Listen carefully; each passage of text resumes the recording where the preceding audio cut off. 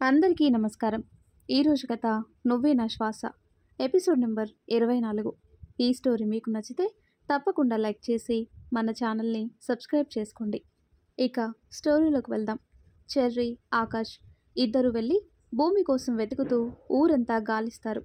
కానీ ఎక్కడ కూడా భూమి జాడ తెలియలేదు. భూమికి తెలిసిన వాళ్ళ ఇంటికి వెళ్ళి అక్కడ కూడా వెతికారు. కానీ ఎవరిని అడిగినా భూమి గురించి తెలీదనే చెప్పేసరికి ఆకాష్కి పిచ్చి పడుతుంది. రోడ్డుపై మోకాళ్ళపైన కూర్చొని, ఎక్కడికి వెళ్ళావు రాక్షసి? నీకు నా మీద కోపం ఉంటే ఇలా వదిలేసి వెళ్ళిపోతావా అని గట్టిగా అరుస్తూ ఏడుస్తుంటే, రేయ్ నువ్వు బాధపడకు, ఎక్కడో అక్కడ ఉంటుంది, తను నీకు దూరంగా ఉండలేదు, కోపం పోగానే ఎక్కడున్నా వచ్చేస్తుంది అని చెర్రీ ఓదారుస్తాడు. అదంతా దూరం నుండి ఒక అతను చెట్టు వెనుక దాక్కొని ఫోన్లో వీడియో తీసి ఎవరికో పంపించి, మేడం మీరు చెప్పినట్టు చేసేశాను, నా పని అయిపోయింది అంటాడు. ఓకే, నువ్వు అక్కడి నుండి వెళ్ళిపో అని అటువైపు వ్యక్తి నుండి చెప్పిన మాటలు విని అక్కడి నుండి వెళ్ళిపోతాడు. ఆకాష్ ఆ రోజు మొత్తం ఊరు చుట్టుపక్కల పిచ్చోడ్లా తిరుగుతూ వెతుకుతూనే ఉన్నాడు. ఎప్పుడో అర్ధరాత్రి ఇంటికి వెళ్ళేసరికి వసుమతి, రామకృష్ణ వీళ్ళ కోసం ఎదురు చూస్తున్నారు. ఆకాష్, ఎక్కడా నా కోడలు దొరికిందా? లేదమ్మా, ఎక్కడా కనిపించలేదు అని వస్తున్న దుఃఖాన్ని దిగమింగుతాడు ఆకాష్. ఏంటి ఆకాష్ ఇదిలా చేసింది అని వసుమతి తల పట్టుకుంటుంది. ఆ రోజు ఎవరు కనీసం పచ్చి మంచినీళ్ళు కూడా తాగకుండా అలాగే కూర్చున్నారు. చెర్రీ, అందరూ ఇలానే కూర్చుంటే ఎలా? ఎవరు కూడా ఏం తినకుండా ఉంటే ఎలా? ఏదైనా ఫుడ్ తెప్పించు. పెద్దమ్మ, పెద్దనాన్న వాళ్ళు, పెద్దవాళ్ళు అలానే ఉంటే హెల్త్ పాడవుతుంది. ఏదో ఒకటి చేసి వాళ్ళకి నేను పెడతాను. ఆకాష్ అన్నయ్య భోజనం చేయక 2 రోజులైంది. నువ్వే ఏదో ఒకటి చేసి తినేలా చెయ్యి అంటుంది ప్రియ. అలాగే ప్రియా, నేను ఫుడ్ తెప్పిస్తాను అని ఫుడ్ తెప్పించి, ప్రియా ఆ ఆంటీ, అంకుల్ ఏదోలా తినేట్టు చెయ్యు. నేను ఆకాష్కి ఫుడ్ తీసుకెళ్తాను, కానీ తింటాడన్న నమ్మకం నాకు లేదు అని ప్లేట్ తీసుకుని ఆకాష్ దగ్గరికి వెళ్తాడు. ఇటు ప్రియ కూడా వసుమతి వాళ్ళ దగ్గరికి వెళ్తుంది. పెద్దమ్మా రండి, మీరు ఉదయం నుండి ఏం తినలేదు, అలాగే ఉంటే నీరసం వస్తుంది, కొంచెం తినండి అంటుంది ప్రియ. వద్దు ప్రియ, మాకు ఆకలిగా లేదు అంటారు వాళ్ళు. ఆకలి లేకపోయినా తినాలి. మీరు తినకుండా కూర్చొని ఆరోగ్యం పాడు చేసుకుంటే రేపు వదిన వచ్చిన తర్వాత, ఏంటి ప్రియ నేను ఒక్కరోజు లేకపోతే మా అత్తయ్య మావయ్యని చూసుకోలేదా అని వదిన నన్ను తిడుతుంది. మీరు నన్ను తిట్టించాలనుకుంటే ఇక మీ ఇష్టం అని అవి ఇవి చెప్పి కష్టంగా రామకృష్ణకి, వసుమతికి భోజనం తినిపిస్తుంది. చెర్రీ ఆకాష్ దగ్గరికి వెళ్ళేసరికి విండో దగ్గర నిలబడి ఎటో ఆలోచిస్తూ ఉంటాడు. ఆకాష్ అన్న చెర్రీ పిలుపు విని కళ్ళు తుడుచుకొని, రా చెర్రీ అంటాడు. ఏంట్రా ఇది, ఇలా అయిపోతే ఎలా? నువ్వే ఇలా ఉంటే ఆంటీ అంకుల్ పరిస్థితి ఏంటి చెప్పు? నువ్వు ఇలా ఉంటే చూడలేకపోతున్నా. అసలు నువ్వేనా దేన్నైనా ఎంత ఈజీగా సాధించగలవు? అలాంటిది ఖచ్చితంగా భూమి ఎక్కడుందో కనుక్కోవటం నీకు చాలా ఈజీ. నువ్వు మనసు పెట్టి ఆలోచించు. ముందు నువ్వు భోజనం చేయి. 2 రోజుల నుండి నువ్వేం తినలేదు. నువ్వు ఇలా తిండి తిప్పలు లేకుండా ఉంటే నీరసం వచ్చి పడిపోతావు. అప్పుడు సిస్టర్ని ఎవరు వెతుకుతారు? తనని వెతకడానికైనా ఓపిక ఉండాలి కదరా. వచ్చి భోంచెయ్యు అంటాడు చెర్రీ. నాకు తినాలని లేదు చెర్రీ, కాసేపు నన్ను వదిలేయు అంటాడు ఆకాష్. అలా అంటే ఎలా ఆకాష్? ముందు కొంచెం తిను. నువ్వు తిన్నాక మనం సిటీ వెళ్ళి వెతుకుదాం. ఎందుకంటే సిస్టర్ ఖచ్చితంగా జాబ్ చేస్తుంది భవ్య కోసం, కాబట్టి తను సిటీ వెళ్ళే ఛాన్స్ ఉంది అంటాడు చెర్రీ. అవును చెర్రీ, నేను ఇలా ఆలోచించలేదు అంటాడు ఆకాష్. ముందు మనం సిటీకి వెళ్దాం. అక్కడ అన్ని కంపెనీ వాళ్ళకి చెప్పి ఉంచుదాం భూమి గురించి. అలాగే కాలేజ్లో కూడా చూడాలి, ఎందుకంటే భవ్యకి ఇంటర్ స్టార్ట్ అవుతుంది. సో తనని కాలేజ్లో జాయిన్ చేయిస్తుంది. నేను రూమ్లో చూశాను, భవ్య సర్టిఫికెట్స్ లేవు. వెళ్ళేటప్పుడు తీసుకెళ్ళిందనుకుంటా. సరే, నువ్వు చెప్పినట్టు వెతుకుదాం. ముందు నువ్వు తిను అని ఆకాష్కి ప్లేట్ ఇస్తాడు. ఒక ముద్ద నోట్లో పెట్టుకోగానే భూమి కళ్ళ ముందు మెదిలేసరికి కళ్ళల్లో నీళ్లు తిరిగాయి. నా వల్ల కాదు చెర్రీ, నేను తినలేను అని హ్యాండ్ వాష్ చేసుకుంటాడు. అలా సిటీ వెళ్ళి అన్ని చోట్ల వెతుకుతారు. రోజులు గడిచిపోతున్నాయి, కానీ భూమి జాడలేదు.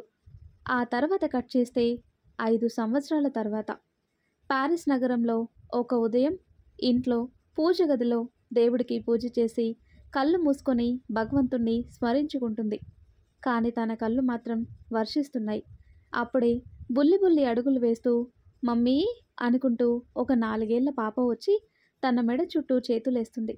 కళ్ళు తుడుచుకొని బంగారు తల్లి అప్పుడే లేచిందా అని కూతుర్ని ముద్దు చేస్తూ ఒళ్ళో కూర్చోబెట్టుకొని జేజకి జై పెట్టు అని చెప్పగానే ఆ పాప శుక్లాంబరధరం విష్ణుం శశివర్ణం అని ముద్దు ముద్దుగా శ్లోకం చదివి దేవుడికి 2 చేతులతో దండం పెట్టుకొని మమ్మీ నేను శ్లోకం కరెక్ట్గా చెప్పానా అని ముద్దుగా అడుగుతుంది. పెద్దగా నవ్వుతూ శోకం కాదు బంగారం, శ్లోకం, కానీ అది పలకటం రావటం లేదు అని మొహం చిన్నబుచ్చుకుంటే ఏం కాదు, నువ్వు చిన్న పాపవి కదా, కొన్ని డేస్ తర్వాత అదే వస్తుంది శ్లోకం, సూపర్గా కరెక్ట్గా చెప్పావు చిట్టి తల్లి అని దేవుడు బొట్టు పెట్టి పద అని ఎత్తుకొని వెళ్తుంది. మమ్మీ పిన్ని ఇంకా లేవలేదు, ఇంత వజ్జుంది అని చేతులు తిప్పుతూ చెప్తుంది. పిన్ని రోజు రోజుకి బ్యాడ్ గర్ల్ అయిపోతుంది, మనం వెళ్ళి లేపుదాం. భవ్య భవ్య లే, ఎంతసేపు పడుకుంటావే అని తన మొహం మీదున్న దుప్పటి తీసి కర్టెన్స్ ఓపెన్ చేస్తుంది. ఆయన లేవకపోయేసరికి బుడ్డిది మెల్లగా బెడ్డెక్కటానికి రాకపోయినా కుస్తీలు పడి ఎలాగో ఎక్కి భవ్య దుప్పటి తీసేసి బువ్వ అని చెవిలో గట్టిగా అరిచేసరికి దెబ్బకి లేచి కూర్చొని ఒసే చిచ్చెరు పిడుగు, నా చెవిలో అంత గట్టిగా అరుస్తావా, అంత గట్టిగా అరిచి నన్నే భయపెట్టి నవ్వుతున్నావా అని పట్టుకునే లోపే నవ్వుతూ లేడి పిల్లలాగా తుర్రున పారిపోతుంది. ఆగు నీ పని చెప్తా అని భవ్య కూడా తన వెనకే పరిగెడుతుంది. ఇల్లంతా పరిగెడుతూ భవ్యని కూడా పరిగెత్తిస్తుంది. భవ్యకి ఆయాసం వచ్చి సోఫాలో కూలబడిపోయి వామ్మో నీ వెనుక నేను పరిగెత్తలేనే బాబు అంటుంది. భవ్యని చూసి కిల్లకిల్ల నవ్వుతూ బువ్వా నన్ను పట్టుకో అని వెక్కిరిస్తూ భూమి దగ్గరికి పారిపోతుంది. అక్క చూడు నన్ను ఎలా పరిగెత్తిస్తుందో, అంతేకాదు నాకు మీరు పెట్టిన అందమైన పేరు భవ్యని బువ్వ కింద మార్చేసింది ఈ రాక్షసి అంటుంది. భవ్య నువ్వు కూడా ఏంటి చిన్నపిల్లతో, దానికి నీ పేరు పలకటం రాక అలా పిలుస్తుంది. వర్ష బంగారం నీకెన్నిసార్లు చెప్పాను పిన్నిని పిన్ని అని పిలవాలి, నేమ్తో పిలవద్దు అని, నువ్వు అలా పిలిస్తే పిన్ని పాపం సాడ్ అయిపోతుంది చూడు అంటుంది. సారీ మమ్మీ అని మెల్లిగా నడుచుకుంటూ వెళ్ళి భవ్య ఒళ్ళో కూర్చొని బుగ్గ మీద ముద్దు పెట్టి సారీ అని చెవులు పట్టుకొని క్యూట్గా చెప్పేసరికి భవ్య నవ్వుతూ ఇట్స్ ఓకే వర్ష బంగారం, నువ్వు అలా పిలిస్తేనే నాకు ఇష్టం అని బుగ్గల మీద ముద్దులు పెట్టి నువ్వు మమ్మీ దగ్గరికి వెళ్ళు, నేను లాల పూసుకొని వస్తా అని వర్షని భూమి చేతుల్లో పెట్టి రూమ్కి వెళ్తుంది. పిన్ని వచ్చేలోపు మనం టిఫిన్ రెడీ చేద్దామా అని వర్షని కిచెన్ ఫ్లోర్పై కూర్చోబెట్టి నువ్వు ఈ మిల్క్ తాగు అని చెప్పి వర్షతో మాట్లాడుతూ టిఫిన్ చేస్తుంది. అప్పుడే బాబీడాల్ అనుకుంటూ వస్తాడు. ఆ పిలుపు వినగానే వర్ష కిందికి దిగి మామా అనుకుంటూ వెళ్ళి తన కాల్లో చుట్టేస్తుంది. అరే వా, ఈరోజు నా బాబీడాల్ తొందరగా లేచేసిందే అని ఎత్తుకొని కిచెన్లోకి వెళ్తాడు. గుడ్ మార్నింగ్ అక్క. Good morning Sri. కాఫీ తాగావా? నీకు తెలుసు కదా అక్క, నీ చేతి కాఫీ తాగకుండా నా బాబీడాల్ మొహం చూడకుండా నా డే స్టార్ట్ అవ్వదని అంటాడు. అని చిన్నగా నవ్వి ఉండు కాఫీ ఇస్తాను అని కాఫీ పెట్టిస్తుంది. థ్యాంక్స్ అక్క, ఈ 5 ఏళ్లలో నీ చేతి కాఫీ ఒక్కరోజు కూడా మిస్ అవ్వలేదు, నీలాగా కాఫీ ఎవ్వరు పెట్టలేరు అని చెప్తూ కాఫీ తాగుతుంటే కాఫీ కోసం మా అక్కకి బిస్కెట్ వేయటానికి రోజు నీకు సిగ్గులేదారా అనుకుంటూ వస్తుంది భవ్య. నాకు మా అక్క దగ్గర సిగ్గెందుకు అంటాడు అతను. అవునులే, సిగ్గనే ఐటెం గురించి నీకు పెద్దగా పరిచయం లేదు కదా అని భవ్య నవ్వుతుంటే ఒసేయ్ నన్నే అంత మాట అంటావా అని భవ్య తలపై ఒక్కటేస్తాడు. అక్క అసలు ఈ భవ్య నీ చెల్లేనా, లేకపోతే ఏ మెట్ల మీదైనా దొరికితే తెచ్చుకున్నారా? అసలు నీకు తనకి ఒక్క పోలిక కూడా లేదు. నువ్వేమో ఎంత సాఫ్ట్గా ఉంటావు, ఇదేమో పెద్ద రౌడీలా ఉంటుంది, మీ ఇద్దరికి పోలికే లేదు అని అనగానే భవ్య బుసలు కొడుతూ అట్లకాడ తీసుకుని శ్రీకర్ని కొడుతుంటే అక్క సేవ్ మీ, ఈ రౌడీ నుండి నన్ను కాపాడు అని భూమి వెనక్కెళ్ళి దాక్కుంటాడు. భవ్య, ఆగు, పొద్దున్నే మీ అల్లరి మొదలు పెట్టేశారా? నువ్వు ఇవి తీసుకెళ్ళి టేబుల్పై పెట్టు, అందరం టిఫిన్ చేద్దాం. శ్రీ, రా, నువ్వు కూడా ఈరోజు ఇక్కడే టిఫిన్ చేసేయ్ అంటుంది. ఓకే అక్క, నీ చేతి టిఫిన్ పెడతా అంటే వద్దంటానా అని కూర్చుని తింటుంటే భూమి వర్షకి తినిపిస్తుంటుంది. అక్క, ఇడ్లీ సూపర్, నువ్వు చేస్తే ఎంత స్మూత్గా ఉంటాయి. నీకు ఒకటి చెప్పనా అక్క, ఇవే ఇడ్లీలు మా అమ్మ చేస్తే ఎలా ఉంటాయో తెలుసా? వాటితో మనం క్రికెట్ ఆడచ్చు, అంత గట్టిగా ఉంటాయి. క్రికెట్లో ఆడే బాల్ అయినా ఒక్కోసారి విరుగుతుందేమో కానీ మా అమ్మ చేసిన ఇడ్లీ మాత్రం విరగదు, అంత గట్టిగా ఉంటాయి అని శ్రీకర్ ఒక ఫ్లోలో చెప్తూ పోతాడు. వెనక నుండి బ్యాట్ పట్టుకొని వీపు మీద బాధేసరికి వెనక్కి తిరిగి చూసి, హి హి అమ్మా, నువ్వెప్పుడొచ్చావు అని ఓ పిచ్చి నవ్వు నవ్వుతాడు. హా, నువ్వు నా ఇడ్లీ పురాణం చదువుతున్నావు చూడు, అప్పుడొచ్చాను అని ఇంకో దెబ్బ వేస్తూ అంటుంది శ్రీకర్ వాళ్ళ అమ్మ. అమ్మ, ఏదో ఊరికే సరదాగా అన్నాను అంతే. నువ్వు నీ చేతి వంట అంటే నాకెంత ఇష్టమో నీకు తెలీదా చెప్పు అని మెల్లిగా వాళ్ళమ్మకి సోప్ వేస్తుంటాడు. ఆంటీ, మీరు వీడి మాటలకి కరిగిపోకండి, వీడు మిమ్మల్ని ఐస్ చేస్తున్నాడు అంటుంది భవ్య. నాకు తెలుసు భవ్య, వీడికి మధ్య బాగా ఎక్కువైంది. ఆంటీ, శ్రీని కొట్టకండి, చాలా మంచోడు శ్రీ, కాకపోతే కొంచెం అల్లరి ఎక్కువ అంతే అంటుంది భూమి. అలా చెప్పక్క, నువ్వు తప్ప నన్నెవ్వరు అర్థం చేసుకోరు అంటాడు శ్రీ. భవ్య వచ్చి శ్రీకర్ వీపు మీద ఒక్కటేసి, మేం అర్థం చేసుకోకున్నా నీకు వచ్చే పెళ్ళాం అర్థం చేసుకుంటుంది. ముందు పద, కాలేజ్కి టైం అవుతుంది. లేట్ అయితే ఆ డీన్ పెద్ద క్లాస్ పీక్తాడు, వాడు పీకే క్లాస్ వినలేక చావాలి. బాయ్ అక్క, బాయ్ వర్ష బంగారం అని చెప్పేసి భవ్య శ్రీకర్ ఇద్దరు బైక్ మీద కాలేజ్కి వెళ్ళిపోతారు. వెళ్తున్న వాళ్ళని చూసి నవ్వుతూ, వీళ్ళిప్పటికీ ఇంకా చిన్నపిల్లల్లాగే బిహేవ్ చేస్తున్నారు. భూమి, హా, అవునా ఆంటీ, కానీ వాళ్ళు అలా ఉంటేనే బాగుంటుంది అంటుంది. శ్రీ ఉన్నాడు కాబట్టి భవ్య కాలేజ్కి వెళ్ళినా నాకు భయం లేకుండా ధైర్యంగా ఉంటుందాంటీ. ఇంకో 2 ఏళ్ళైతే వీళ్ళ మెడిసిన్ అయిపోతుంది, భవ్య డాక్టర్ అవ్వాలి అన్న డ్రీమ్ నెరవేరుతుంది. హా భూమి, నీకు కూడా టైం అవుతున్నట్టుంది కదా, నేను వెళ్తాను. మీ అంకుల్కి టిఫిన్ పెట్టాలి. శ్రీ కోసం వచ్చాను, కానీ వాడిక్కడ తినేశాడు కదా, మీ అంకుల్కి పెట్టాలి అని వెళ్తుంది. వర్ష, పద, నిన్ను స్కూల్లో దింపి నేను ఆఫీస్ వెళ్తాను బంగారం అని వర్షాన్ని స్కూల్కి రెడీ చేసి భూమి కూడా రెడీ అయ్యి కారులో వర్షాన్ని కూర్చోబెట్టి సీట్ బెల్ట్ పెట్టి, వెళ్దామా చిట్టి తల్లి? హా మమ్మీ, వెళ్దాం, అక్కడ నా కోసం మా ఫ్రెండ్స్ వెయిట్ చేస్తారు. తొందరగా పోదాం మమ్మీ, లేకపోతే నా బెస్టీ అలుగుతుంది మమ్మీ అని కళ్ళు తిప్పుతూ చెప్పేసరికి, అబ్బో, నీకు బెస్ట్ ఫ్రెండ్ కూడా ఉందా అప్పుడే అని బుగ్గలు లాగి కార్ డ్రైవ్ చేస్తుంది. స్కూల్ రాగానే, వచ్చేసాం, కరెక్ట్ టైంకి తీసుకొచ్చేసాను కదా, మరి మమ్మీకి ఏం గిఫ్ట్ ఇవ్వవా అని వర్షని దింపుతూ అడుగుతుంది. థ్యాంక్ యూ మమ్మా అని భూమి బుగ్గపై ముద్దు పెట్టి తన ఫ్రెండ్తో స్కూల్ లోపలికి పరిగెడుతూ వెళ్ళిపోతుంది. వర్ష వెళ్ళగానే భూమి ఆఫీస్కి వెళ్ళిపోతుంది. కార్ పార్క్ చేసి లిఫ్ట్ ఎక్కగానే లోపల కనిపించిన ఒక 40 ఏళ్ల వ్యక్తిని చూసి నవ్వుతూ, గుడ్ మార్నింగ్ సార్ అంటుంది.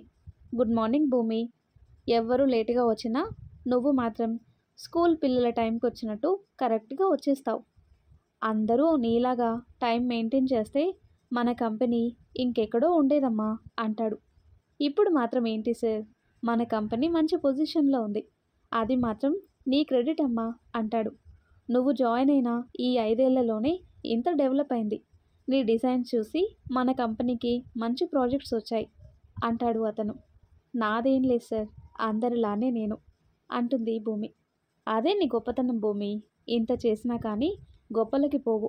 సరే అమ్మా, నాకు మీటింగ్ ఉంది, ఫైల్స్ తీసుకొని మీటింగ్ హాల్లోకి రా అమ్మా అంటాడు. ఓకే సార్ అంటుంది భూమి. ఆ తర్వాత కట్ చేస్తే శ్రీకర్ కాలేజ్కి రాగానే బైక్ పార్క్ చేసి భవ్యతో కలిసి క్లాస్లోకి వెళ్తుంటారు. అప్పుడే శ్రీకర్ ఫ్రెండ్ మాట్లాడుతుంటే, ఓకేరా, నేను నా క్లాస్కి వెళ్తున్నా, నాకు క్లాస్ టైం అవుతుంది అని వాచ్లో టైం చూసుకుంటూ ఫాస్ట్గా క్లాస్ వైపు పరిగెడుతుంటే సడన్గా వెనుక నుండి గట్టిగా భవ్య నోరు మూసేసి భవ్యని లాక్కెళ్ళిపోతాడు. ఒక చెట్టు కిందకి తీసుకెళ్ళి నోటి మీద చేయి తీసేసరికి అతన్ని చూసి, మీరా అని నోరు తెరుస్తుంది. ఎస్ బేబీ, నేనే. నేను చెప్పిందేంటి, నువ్వు చేస్తుందేంటి? నీకు చెప్పాను కదా, రాగానే నువ్వు నాకు కనిపించాలని. అయినా రాకుండా నేరుగా క్లాసులోకి వెళ్తే ఎలా? నాకు ఈ దేవిగారి దర్శనం ఎవరిస్తారు చెప్పు అని భవ్య బుగ్గలు లాగుతాడు. విజయ్ సార్, ప్లీజ్ మీరు ఇలా చేయడం ఏం బాలేదు. మీకు నేను చెప్పాను కదా అంటుంది భవ్య. హాహా, బాబా చెప్పావు. రోజు అదే కదా చెప్తావు. మీ స్టేటస్ వేరు, మేం వేరు. మీ కంపెనీలో మా అక్క ఒక ఎంప్లాయ్, కానీ మీరు ఆ కంపెనీకి ఓనర్, బ్లా బ్లా బ్లా. ఇదే కదా రోజు నువ్వు చెప్పేది. అలాగే రోజు నేను కూడా చెప్తూనే ఉన్నాను, నువ్వంటే నాకు ఇష్టం. నువ్వు ఏ రోజైతే నాకు ప్రపోజ్ చేశావో ఆ రోజు నీకు నేను పడిపోయాను. నాకు డబ్బుతో సంబంధం లేదు, నాకు నువ్వే ముఖ్యం. అయినా నువ్వు అన్నావే, ఆ కంపెనీ అది మా డాడ్ సంపాదించింది, నేను సంపాదించింది కాదు అంటే, నేను కూడా నీలాగే ఇక్కడ చదువుతున్నా, ఒక స్టూడెంట్గా. గాట్ ఇట్ అంటాడు అతను. మీకు ఎలా చెప్తే అర్థమవుతుంది విజయ్ సార్, మీరు నాకు సీనియర్. ఆ రోజు కాలేజ్ ఫస్ట్ డే ర్యాగింగ్ వల్ల మీకు ప్రపోజ్ చేశాను, అంతే. అది నిజం కాదు అంటుంది భవ్య. నువ్వెలా చెప్పినా నా ప్రేమ మాత్రం నిజం బేబీ. ఓకే, క్లాస్ వెళ్తా అన్నావు కదా, వెళ్ళు. మళ్ళీ లంచ్ టైంలో కలుద్దాం అని భవ్య బుగ్గ తట్టి వెళ్తాడు. షో, ఇతనికి ఎలా చెప్పాలో ఏంటో అని తల కొట్టుకుంటూ చిరాగ్గా క్లాస్కి వెళ్తుంది భవ్య. ఆ తర్వాత కట్ చేస్తే ఇండియాలో రాత్రి 1 గంటలకి. వసు, ఏంటి ఇంకా రాలేదా ఆకాష్? లేదండి, వాడి కోసమే చూస్తున్నా, ఇంకా రాలేదు. రోజు రోజుకి వీని చూస్తే నాకు భయం వేస్తుందండి. ఆకాష్ కడుపు నిండా తిని ప్రశాంతంగా పడుకొని 5 ఏళ్ళు అయిందండి. భూమి వెళ్ళినప్పటి నుండి వాడు ఒక మిషన్లా అయిపోయాడు. ఎప్పుడు వెళ్తాడో ఎప్పుడు వస్తాడో తెలియటం లేదు. ఆఫీస్కి మాత్రం వెళ్తున్నాడు, అది కూడా భూమికి ఒకప్పుడు ఇచ్చిన మాట కోసం. ఎవరి దిష్టి తగిలిందో ఏమో, ఎంత చక్కగా ఉన్న పిల్లలు ఇలా విడిపోయారు. ఒక్కోసారి భూమి మీద కోపం వస్తుంది వెళ్ళిపోయినందుకు, కానీ అంతలోనే తన బాధకి కూడా అర్థం ఉంది అనిపిస్తుంది. అసలు భూమి ఎక్కడుందో, ఎక్కడికి వెళ్ళిందో ఇన్నేళ్లలో ఎక్కడ వెతికినా దొరకటం లేదు. మళ్ళీ మన ఇల్లు ముందులా ఎప్పుడు చూస్తాను? అప్పుడే లోపలికి అడుగు పెడతాడు ఆకాష్. ఏంటి మమ్మీ, ఎన్నిసార్లు చెప్పినా వినవు, నా కోసం ఎదురు చూడొద్దని అని చిరాగ్గా పైకి వెళ్తుంటే, ఆకాష్ తినేసి వెళ్ళు అంటుంది. ఆకలిగా లేదు మమ్మీ అని వెళ్ళిపోతాడు. ఇది వీడి వరస. ఎన్ని రోజులండి, వీడి ఆరోగ్యం ఏమవుతుందో అని నాకు భయం వేస్తుంది అని. నాకు మునుపటి నా కొడుకు కావాలండి అని రామకృష్ణని పట్టుకొని ఏడుస్తుంది. ఆకాష్ రూమ్కి వెళ్ళి ఫ్రెష్ అయ్యి అద్దం ముందు నిలబడగానే అందంగా నవ్వుతున్న భూమి ముఖం కనిపించేసరికి దాన్ని తాకగానే భూమి మొహం మాయమవుతుంది. ఎందుకు రాక్షసి, ఎందుకు వెళ్ళిపోయావు? నువ్వు లేకపోతే నాకు ఊపిరి కూడా అందటం లేదు. అంతలా నాకెక్కేశావు. నువ్వే నా ప్రపంచం అనుకునేంతలా నన్ను మాయ చేశావు. నేను చేసిన దానికి ఇక్కడే ఉండి నా మీద కోపాన్ని చూపించినా సంతోషంగా భరించేవాణ్ణి. ఎక్కడున్నావురా? ఎక్కడున్నా తొందరగా రా బంగారం. నా మీద ఇంకా కోపం తగ్గలేదా అని బెడ్పై వాలి కళ్ళు మూసుకుంటాడు. కంటి నొసల నుండి కన్నీళ్లు కారిపోతున్నాయి. భూమి ఆలోచనల మధ్య ఎప్పటికో నిద్రపోతాడు. మరి ఆ తర్వాత ఏం జరుగుతుందో నెక్స్ట్ వీడియోలో తెలుసుకుందాం. ఎంతో ఇంట్రెస్టింగ్గా ఉండే ఈ స్టోరీ నెక్స్ట్ పార్ట్స్ కోసం ఈ వీడియో లైక్ చేసి మన ఛానల్ని తప్పకుండా సబ్స్క్రైబ్ చేయండి. Thanks for watching.